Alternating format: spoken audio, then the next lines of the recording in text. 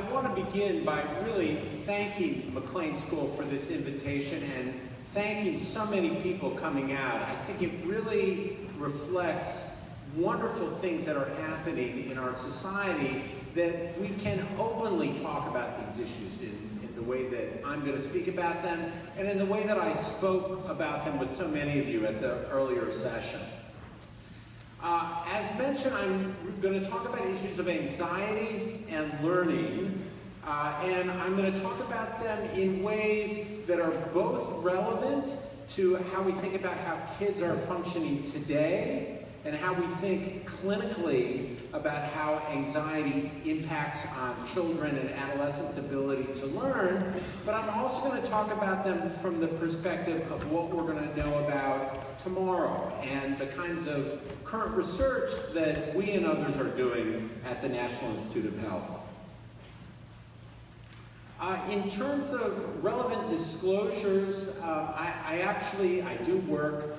I can't figure out if this is a good thing or a bad thing. Usually it's more of a good thing, but I work for the United States government, and I'm actually speaking in my capacity as a federal employee, and so that's a good thing, that the United States government does care very much about issues of mental health.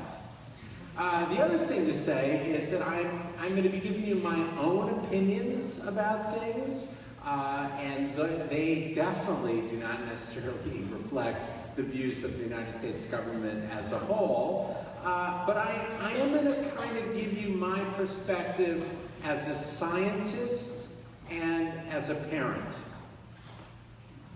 So, as I mentioned, I'm really going to be talking about two kinds of things, and that's going to happen in 3 stages. So the first thing that I'm going to talk about, probably for a good 20 minutes to half an hour, I'm going to talk about different types of anxiety that we see in children and adolescents, and the different types of ways that they can impact learning. So this is going to be the section of the talk where if you have a child or an adolescent who is either having problems with anxiety or is having problems with learning, this is going to be highly relevant to the kind of questions that you might have.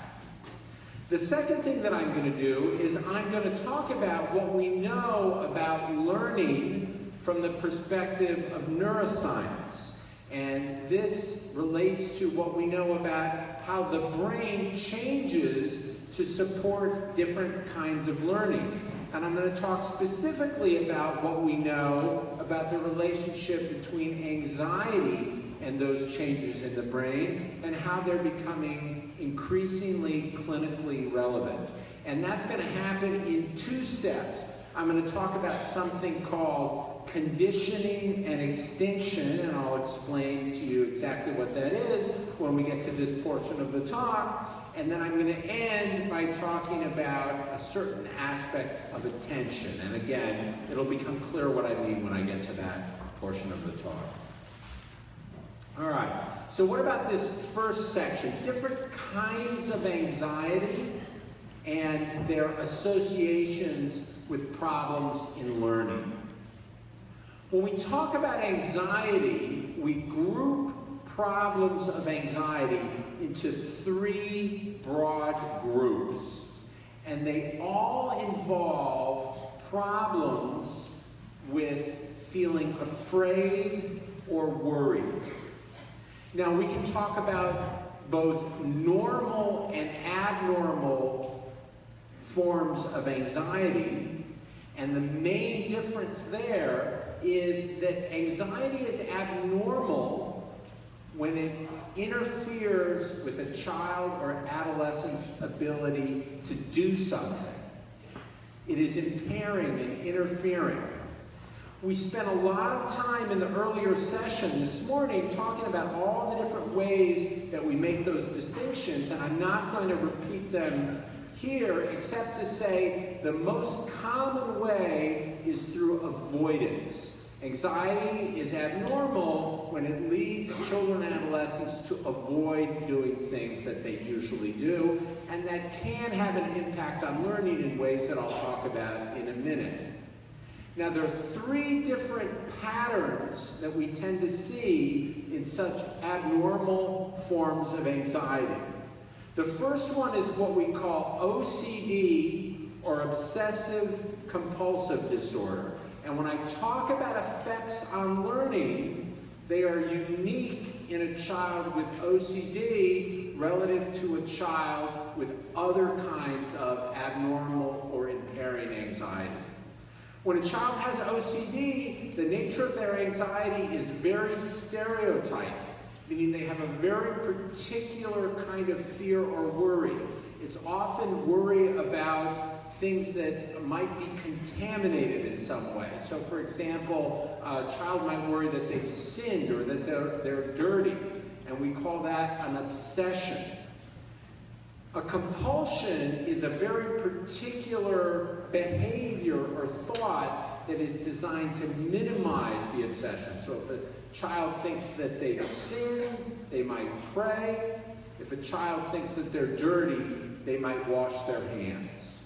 Now, the kinds of problems that go wrong in kids with obsessive compulsive disorder, or OCD, involve a particular part of the brain, and we think that this accounts for their unique associations with problems in learning. The second kind of anxiety is called PTSD, or post-traumatic stress disorder. And this form of anxiety also has a unique association with problems in learning. Now, there are a couple things to say about PTSD. The first one is that this develops after a child has an experience with life-threatening acute stress. So this is something like a terrible accident, an assault, or another event where the child or adolescent is afraid that they might be harmed or killed. Now, like OCD, there are quite profound effects on learning in children with PTSD, but the unique aspect of PTSD is that it tends to be associated with a range of other problems. And it is the nature of those other problems that most profoundly relates to the learning problems that we see. The third group of disorders, and these are the disorders that I spend most of my time studying, are listed here. These include things like social anxiety disorder, which involves fear or concerns about bad things happening when a child or an adolescent is scrutinized, when they have to make a presentation in school, or when they have to meet new kids at a party.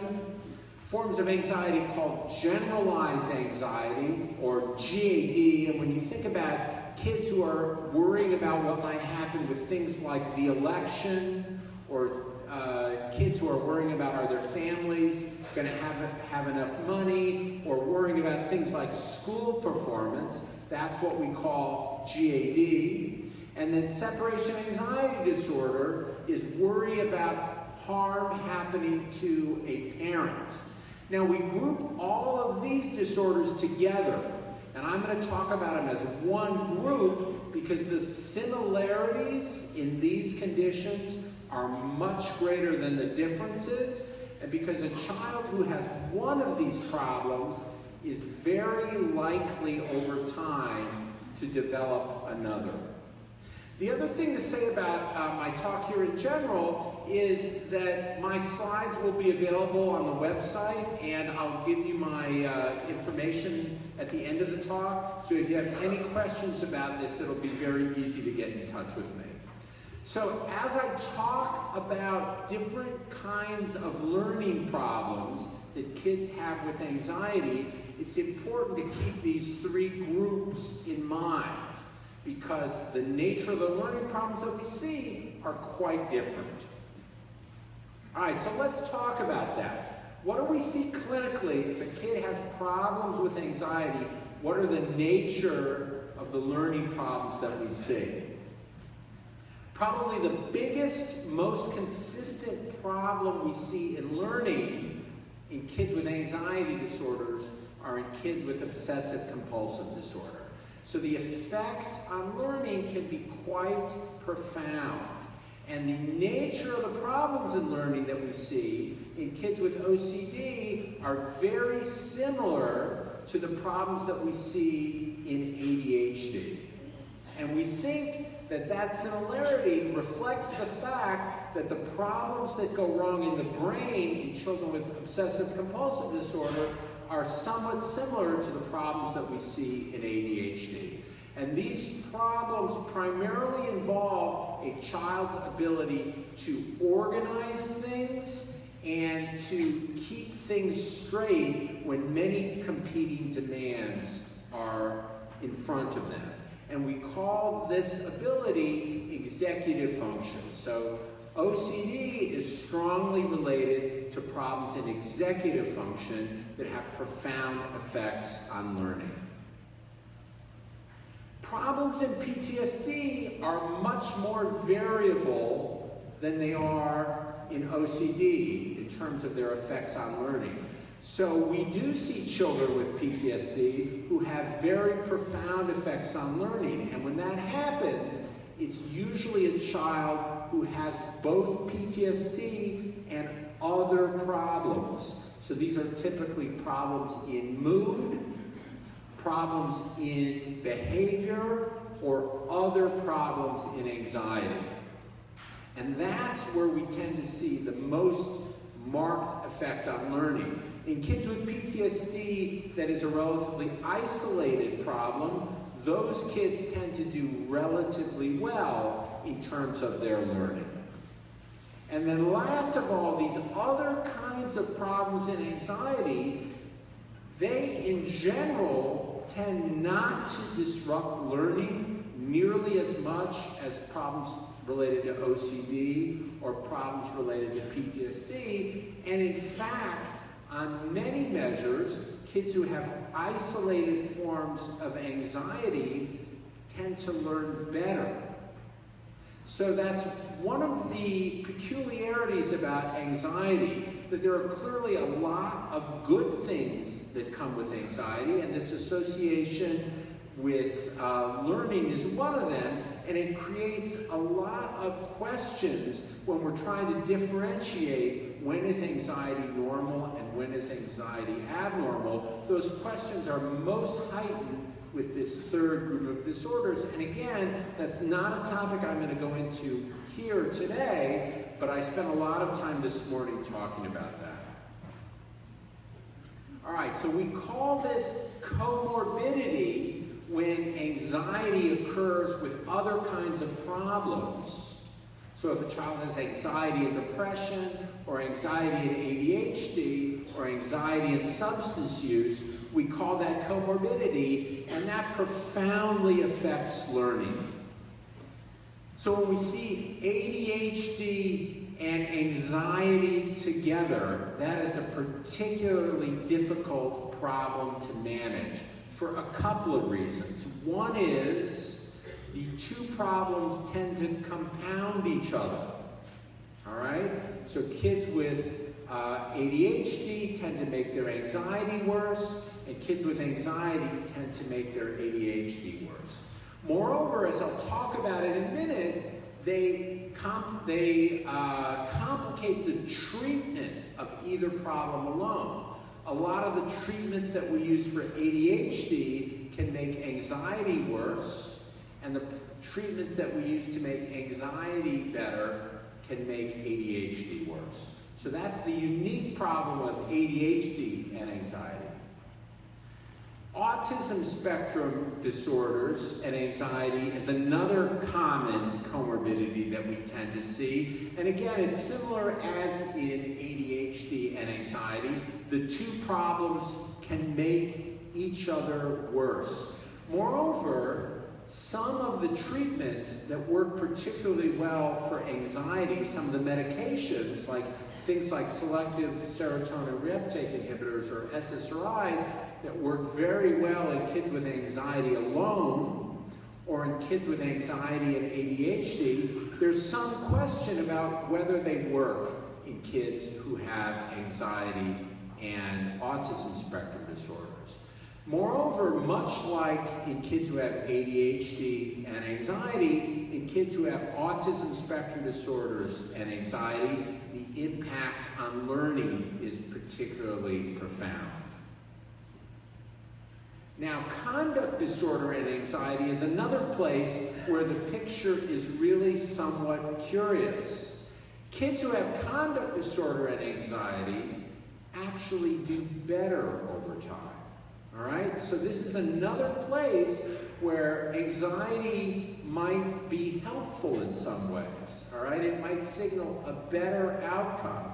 And this is quite curious because usually the more problems that a child has, the worse they do. It looks like it's the opposite with conduct disorder, and this applies to learning as well. And there are a lot of thoughts about why this might be the case.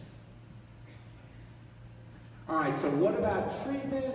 I mentioned that treatment is very profoundly affected by the nature of comorbidity, and this also affects the degree to which learning is impacted by treatment. And again, I spent much of the hour this morning reviewing this material. I'm not going to go over it again here except to give you the bottom line. The bottom line is that there are two treatments for anxiety that are both very effective: selective serotonin reuptake inhibitor medications. Those are SSRIs. CBT is the other, which is cognitive behavioral therapy. And if you want to learn the details about this, you can ask the organizers for my slides from this morning. It goes over this in a lot of detail. The bottom line is that both treatments are equally effective, and when they work, they tend to improve not only the symptoms of anxiety, but also problems with learning. With ADHD and anxiety, the effect on treatment is quite profound. Unlike anxiety disorders, which can be treated quite well with psychotherapy alone, it is very difficult to treat ADHD without medication, and there are different kinds of medications that can be effective.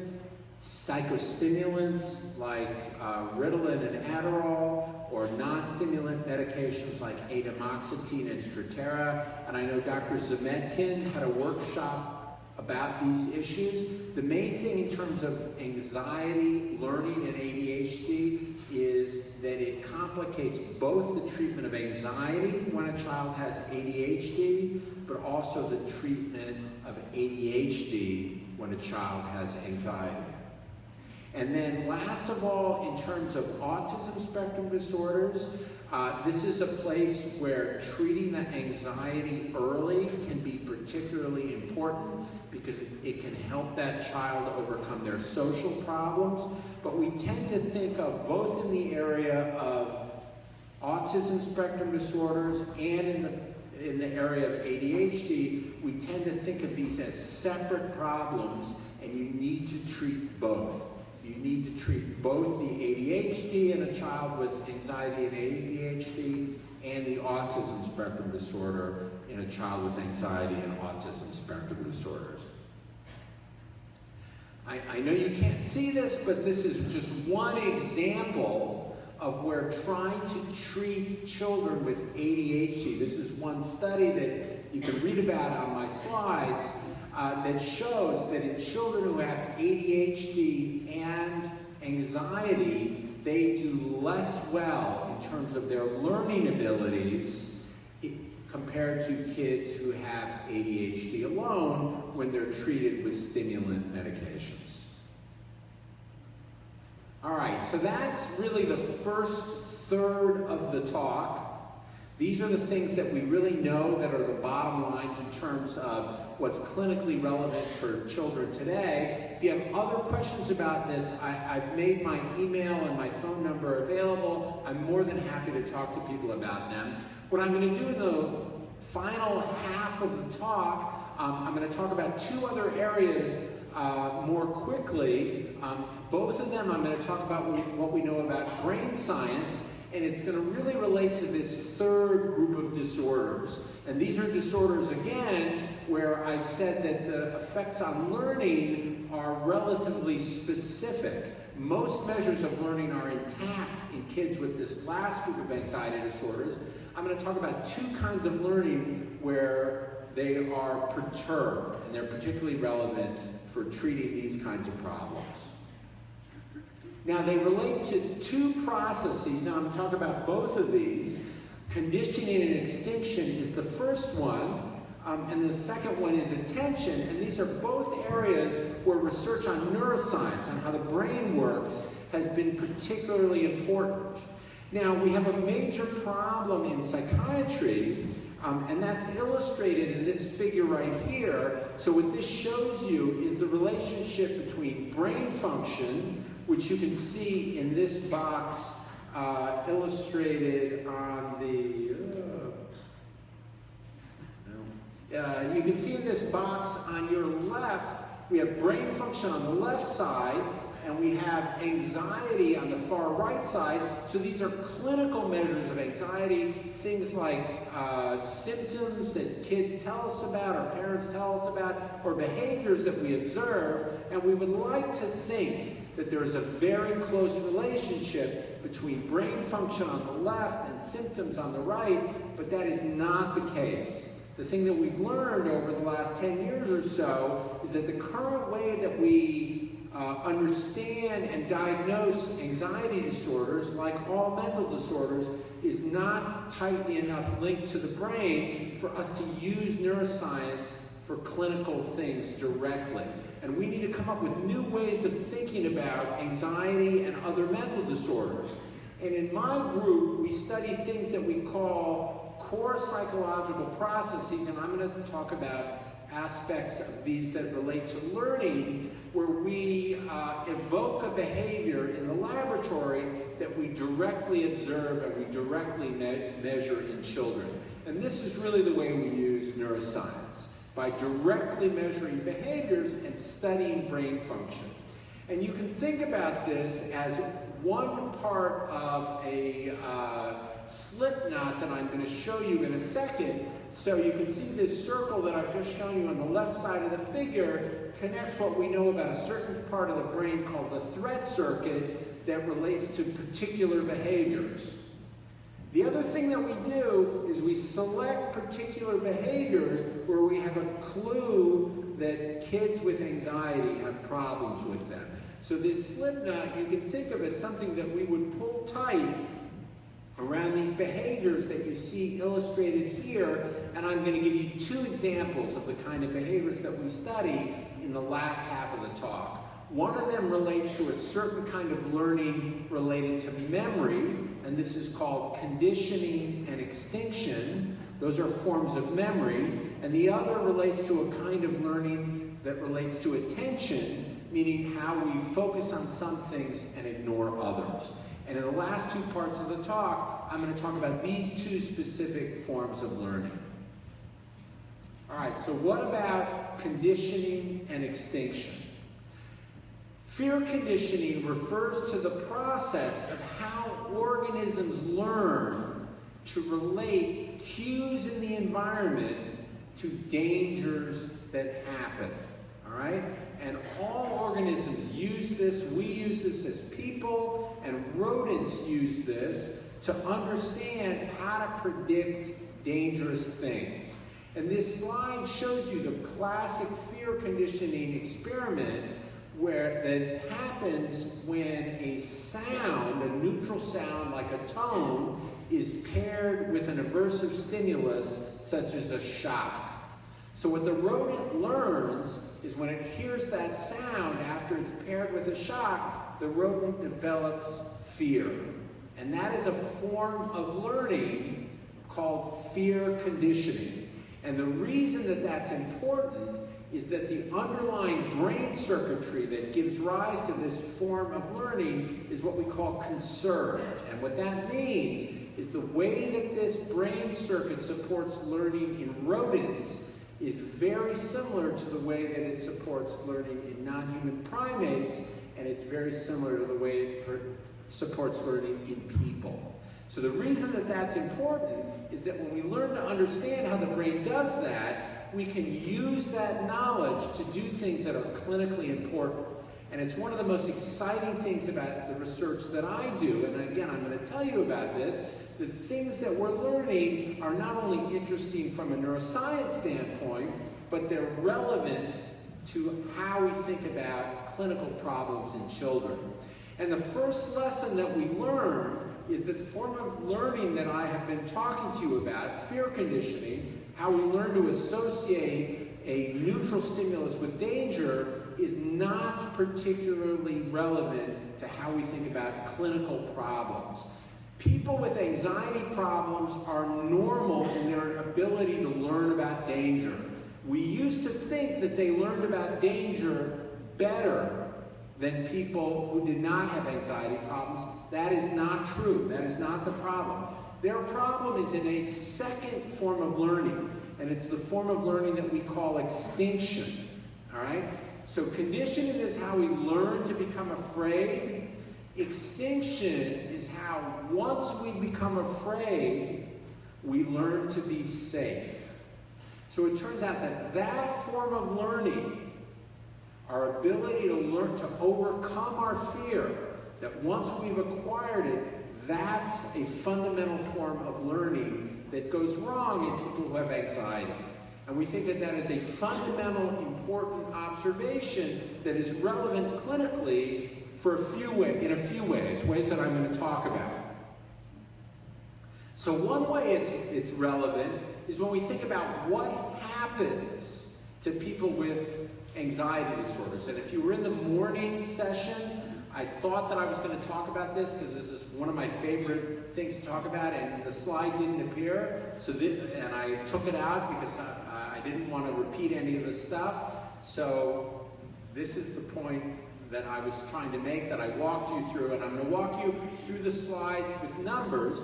And this shows you a study that I spent about 20 years performing, and it was based in about 700 children who were randomly selected from semi-rural counties all around New York State, all right? And this tracked symptoms of anxiety over time as these children passed through adolescence. And there were three main things to take away from this slide. The first is anxiety disorders. Problems with anxiety were incredibly common in this study. There are 679 kids we followed all the way through from about age 10 till about age 30. Of the 679, at some point in adolescence, 253, so about a third of them, had a clinically significant anxiety problem. So point number one, anxiety is incredibly common. Point number two, when we looked at these kids as adults, all right, the overwhelming majority of them were fine. Not only did they not have anxiety disorders, but they didn't have any mental health problems. So of the 253 kids who had an anxiety disorder, 191 of them were mentally healthy. So that's good news. If you have a child with an anxiety disorder, the chances are 2 out of 3 that they're going to be totally healthy in their 20s as they approach 30. Now, I will tell you that I'm one of the few people who devotes all of my career to studying anxiety, and I think one of the reasons that that's the case is that there is a sense in the scientific community that anxiety is trivial, and one of the reasons is because it is true that it usually goes away. That is true, but the reason that that is wrong is if we look at the 100 adults who were affected, all right, there are 98 adults in this study who had a serious emotional problem as adults. It could be anxiety, it could be bipolar disorder, it could be a personality disorder, it could be depression. Of those 98, 62 of them had a severe anxiety disorder in adolescence. So what this tells us is, while anxiety is very common, number one, and it usually goes away, number two, that minority of adolescents with anxiety, number three, that persists, will account for the majority of adults with chronic emotional problems. And this is why, when people talk about mental disorders, they say that they're disorders of brain development. Here I'm talking about anxiety. If we were to look at any chronic mental health problem that affects our society, substance use, schizophrenia, depression, eating disorders, on and on and on, we would see exactly the same thing. We would see that problems in childhood are exceedingly common. They usually go away, but that small group of kids who do not overcome their problems account for the majority of adults who are affected. And that's why it's so important that we think about children's mental health. Now, the unique thing here is when we talk about anxiety, all right, we know a lot about the neuroscience of overcoming your fear. You might have forgot about it, but I started on this little segue by talking about extinction, all right? So when you think about the difference between the 191 kids who overcome their anxiety and the 62 kids who didn't, those 191 kids were able to use extinction. They could extinguish their anxiety, and that's why this form of learning to be safe, we think is very, very important, and we know a lot about the underlying brain circuitry of that. So this shows you a slide again where a rodent is learning to overcome their fear, and we used to think of this extinction as forgetting. We used to think that the rodent forgot that the light or the sound predicted shock.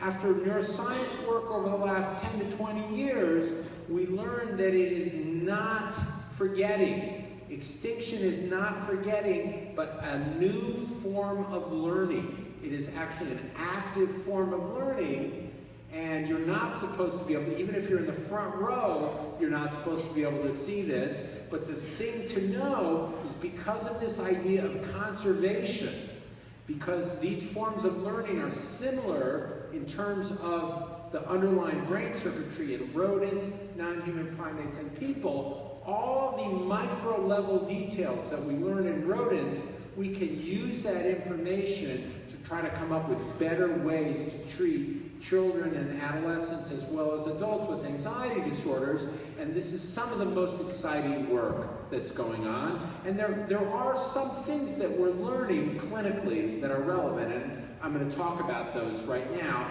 but they relate to this idea that the one form of learning that we think goes wrong in anxiety disorders is learning how to be safe. That's what we think one form of learning that's perturbed in the anxiety disorders. So most of the work that I do in this area that tries to do clinical work is done with a fellow named Nathan Fox. He actually lives right around a stone's throw from McLean School, a couple blocks away from there. And Nathan is a developmental psychologist who studies young children and babies and characterizes their risk for anxiety based on their temperament. And the important thing to say about this is that Nathan can identify risk based on patterns of behavior in the laboratory that you see illustrated here. So these are patterns of behavior that infants manifest when they become very upset with subtle changes in their environment, even from things like a twirling mobile, or at slightly younger ages if they're watching an unpredictable toy like this little girl watching a robot, or when they meet new children in preschool. So this is a temperament that we call behavioral inhibition. About 15% of American children are born with this temperament. Most of them grow up to be fine, but some of them develop anxiety disorders. And this slide shows you that the rate of anxiety disorders in these children is higher. About 40% of them will develop an anxiety disorder in adolescence. All right, so this is a risk factor. We don't think of it as a problem that about doubles your risk. Now, one of the interesting things about this, and again, this relates to something that we spent a lot of time talking about this morning, when we see these kids as adolescents, they are at risk for anxiety. When we see them as adults, they're at risk both for anxiety and for depression. All right? So we think that there is a shared risk for the kinds of anxiety disorders that I'm talking about, for anxiety in late childhood and early adolescence, and depression from late adolescence into adulthood. And we see that in these kids. Now, the reason that we think that extinction is relevant, this ability to learn how to be safe, is that in general, clinically, there are relatively few predictors that we see in these children that predicts which child is most at risk for developing problems with anxiety. But two that are relevant is that children who are exposed to more social events when they're young, so children who are raised in daycare, all right, and children who are in daycares where they get much exposure to other children, those young children are less at risk for having an anxiety disorder if they have this behavioral inhibited temperament that children who are raised in the home. And then number two, adolescents who are more socially engaged, they're involved in more social activities, they do more things with other peers, again, they are less at risk for having an anxiety disorder if they were born with this inhibited temperament. Sorry. It's always the speaker, right, who doesn't turn off their phone. It's my son, actually. Now, the other reason that this is relevant is we do know a lot about the brain. We know a lot about the brain that supports extinction. And if you're, again, you can see this kind of in the front row, particularly on the right side of the slide, you can see that the undersurface of the frontal lobe, it's called the ventral medial prefrontal cortex, we know through brain imaging studies that it is the ability to use this part of your brain effectively that it allows people to overcome their fears.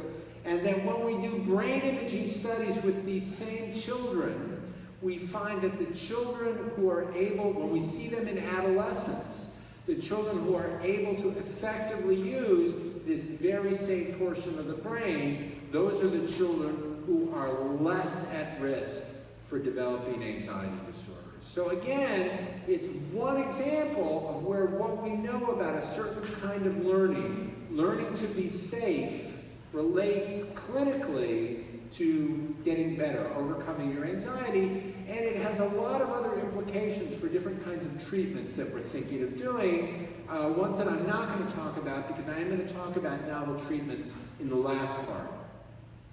And that focuses on attention. So I started out talking about conditioning by giving you a very typical behavior, right? I talked about how that rodent learns to associate a neutral sound with a shock. For attention, the behavior is illustrated here in the upper right-hand corner. So the behavior that I'm talking here is what's called the bottom-up capture of attention, and it's illustrated by the example in the upper right-hand corner, and the example goes like the following. If an individual is walking through the woods, they're having a good time, they're engaged in a neutral activity. If a threat appears, and you might be able to see it in this figure, such as a snake, that snake has the ability to capture our attention. It interrupts our walk in the woods, we stop what we're doing, and we look at that threat, all right? That is the capacity of a threat to interrupt our neutral activity. So you can think about that as the effect that a threatening object would have on a child who's trying to learn something, all right? So this would be a disruptive effect on that child's ability to learn. So there are two other things to say about this. The first is that this is a second example of cross-species conservation. So again, we were talking about brain circuitry of conditioning and extinction being very similar in rodents, non-human primates, and people. The same applies here. So this picture is from a book by a fellow named Joel Elkes, who has written lots of books about fear and anxiety, and if you're interested in this, he has a new book called Anxious that reviews a lot of this literature. Joe did all of his research in rodents, and he believed that the work he was doing in rodents would be relevant for people, and that's why when he drew this picture, he drew it on a person. He didn't know it at the time. Here, 20 years later, we do know that this circuitry behaves very similar in children and adults as it does in rodents and non-human primates. You know, my wife, knowing me, says she was never that surprised to hear that, given my similarity to lower organisms. I want my wife, but she never comes to my talks. But I always want her to come to my talks because she's a particularly profound influence on my thinking. But she's always, whenever she does come, she's always mortified because I tell even more jokes to the audience. But again, this is another example of where the brain circuitry works very similar. All right? And then the last thing to say about this is that the way that we think about this behavior, this bottom-up capture of attention behavior, it is a reflex that what we call is automatically deployed. And so what that means, it's very much like the reflex that you have when you pull your hand off the stove. So if you've ever touched a hot stove, what you notice is you pull your hand off and then you say, oh my gosh, that stove is hot.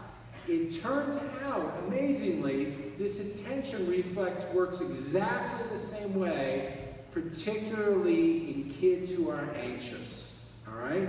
So there is a very rapidly deployed component, all right, that happens before we're even aware of it, and there's also a slower component.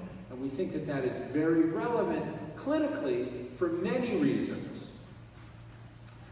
We have tests. I'm not going to go over the details of this just in the interest of time, but we have tests that we've developed at the NIH that quantify this distracting effect. We usually use faces. They're very good experimental stimuli. So we've shown that anxious individuals tend to, there are a couple of exceptions that I'm going to talk about in a second, they tend to focus on that angry face, and we can measure that with these brain tests.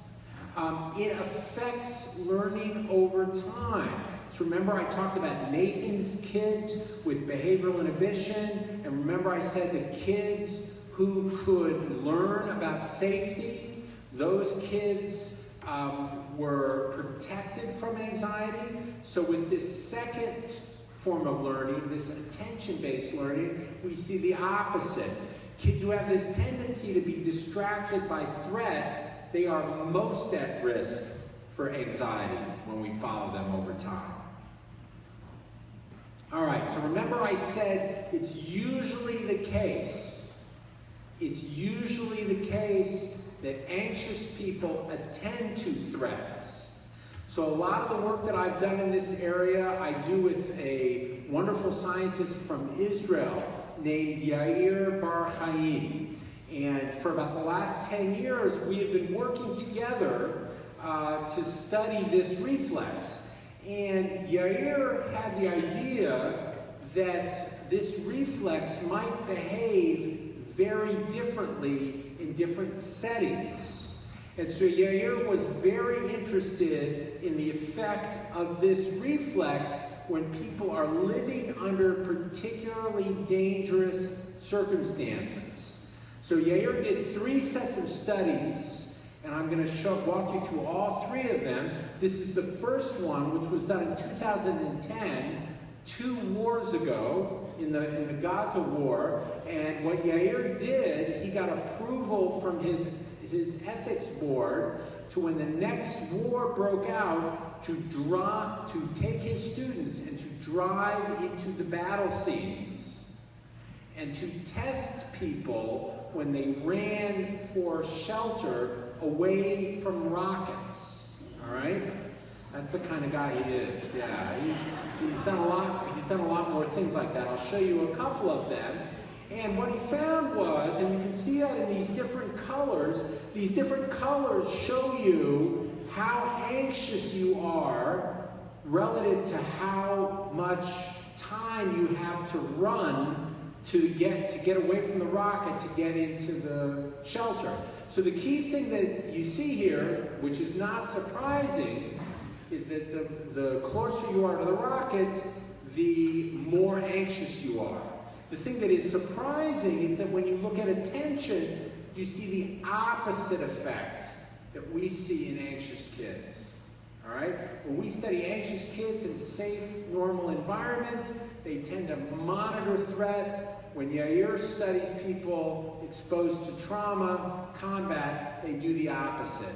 And this is very important when we think about how to use this technology clinically. All right? My feeling, and I think Yair and I disagree on this, my feeling is that we don't know enough to use this outside of an experimental research setting yet. We do use this technology at the NIH, and if you're interested in hearing about these or any other studies, I've left a bunch of flyers, but I do not think these kinds of techniques that I'm going to tell you about should be used widely yet because they operate very differently in different settings. So 2 other studies that we did with Yair. One followed a group of 1,000 soldiers in Israel, and it measured these soldiers' attention response when they entered the military, in the middle of the military, and right after their exposure to combat, all right? And then it classified these soldiers based on their presence of PTSD. So about 10% of the soldiers got PTSD after combat. You can see in blue the attention of these soldiers. So these soldiers come into the military before they've been traumatized with a bias towards threat. They look at danger, all right? Then, once they're exposed to combat, they avoid. So this is a plastic response. Soldiers who are healthy and resilient come in with no bias, their attention is normal, and when they're exposed to stress, they develop, the ones who are resilient, develop the same reflex that we think is pathological in other settings. So again, this has very profound implications in terms of how we think about things like manipulating attention. So as I mentioned, we understand a lot about the underlying brain circuitry here, and the important thing to say is the reflex does turn out to work in people exactly the way it works in rodents, and it involves portions of the brain, the amygdala and the ventral lateral prefrontal cortex that you see illustrated here, that are employed incredibly rapidly. So rapidly that we are not aware of this when it happens. Because of this, if we want to change this reflex, we cannot tell people how to do it. We cannot tell you, don't look at the threatening stimulus. It's like telling you not to pull your hand off the stove. It happens too fast for you to do anything about it. So at the NIH, we and Yair and others have developed video games that use these very same tests, but manipulate attention by having the kids play the games over and over and over. And we and others have found that these games are helpful. They can reduce anxiety in kids when they're properly employed, and they can help kids in particularly learn an appropriate way to respond to stress. Now, the tricky thing here is that the training that works for anxious kids does not work for people with PTSD, and the training that works for people with PTSD does not work for anxious kids. Now, I mentioned 2 studies that all of this work is done with Yair. I mentioned 2 of the studies that Yair did, that I talked about them in soldiers, and I talked about them during rocket attacks. The third thing that Yair did was in the last Israeli war, the last Gaza war, he did a randomized controlled trial in 1,000 Israeli soldiers. And here, he did the exact opposite thing that we do with anxious kids. We train anxious kids to avoid threat using video games. Yair used a video game to train soldiers to monitor threat. And he found that he was able to reduce the rate of PTSD in Israeli soldiers through these video games. And as a result of this, again, I do not think it's a good idea, but this is what Yair and others in Israel recommended. Every Israeli soldier now in the Israeli Defense Force gets this video game that trains them to monitor threat before they go into combat. The reason that I don't think it's a good idea is I don't think we know enough yet. Yair's response to that was, that's easy for you to say because your child is not going to war. So what I think it does point out is, in this work on anxiety, we are getting close to the point where neuroscience is informing what we do.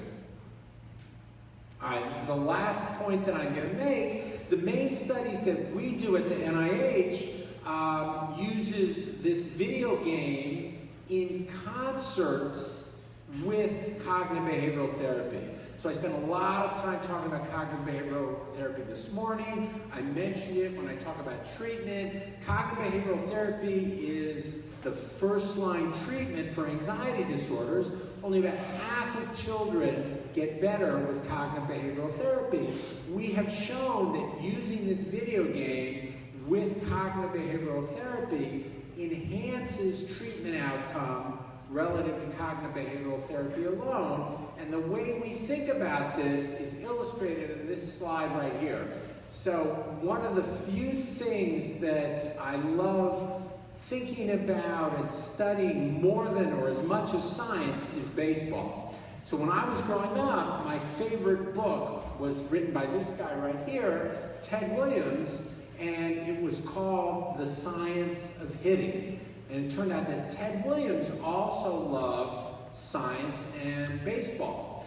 And Ted Williams taught that if you ever have a rapidly deployed motor act, and the motor act that most people think of is steering your car away from an accident, Ted Williams thought about hitting a baseball. It turns out that this attention reflex operates exactly the same way. There are 2 components to learning to train that reflex.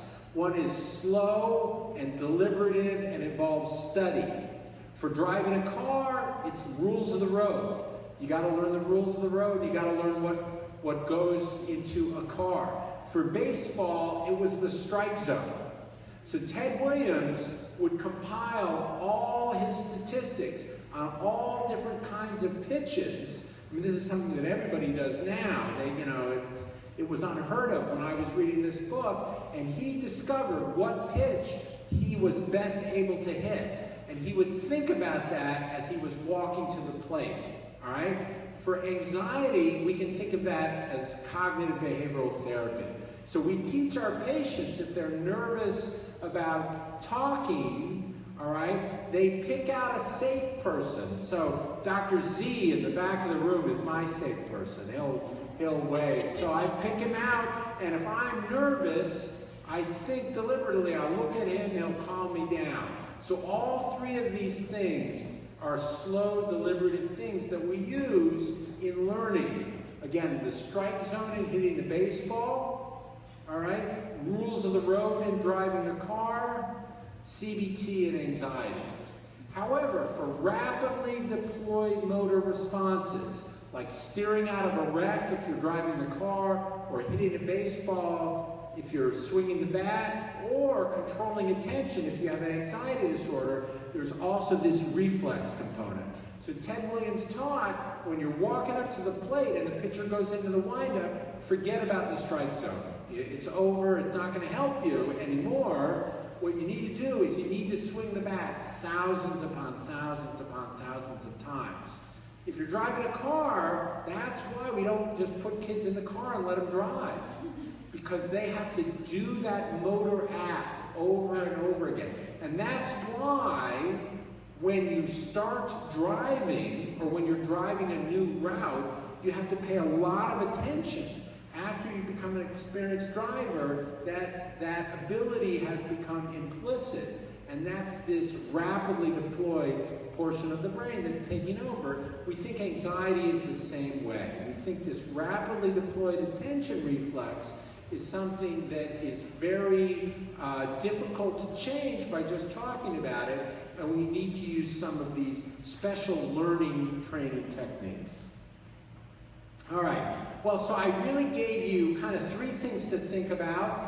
I talked about the clinical ways that anxiety interferes with learning, and remember those 3 big differences. OCD involves a lot of problems with learning. PTSD, it's very variable. It depends on what other problems the child is having.